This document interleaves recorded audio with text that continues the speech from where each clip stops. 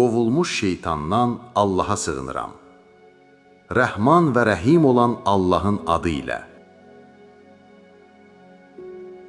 Göyləri və yeri yaradan, mələkləri 2, 3 və 4 qanatlı elçilər edən Allaha həmd olsun.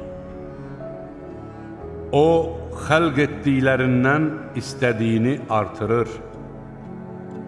Həqiqətən Allah hər şeyə qadirdir. Allah insanlara mərhəmətindən nəyi nəsib edərsə, heç kəs onun qarşısını ala bilməz. Onun göndərmədiyi bir şeyi də ondan başqa heç kəs verə bilməz. O, qüdrətlidir, müdrikdir.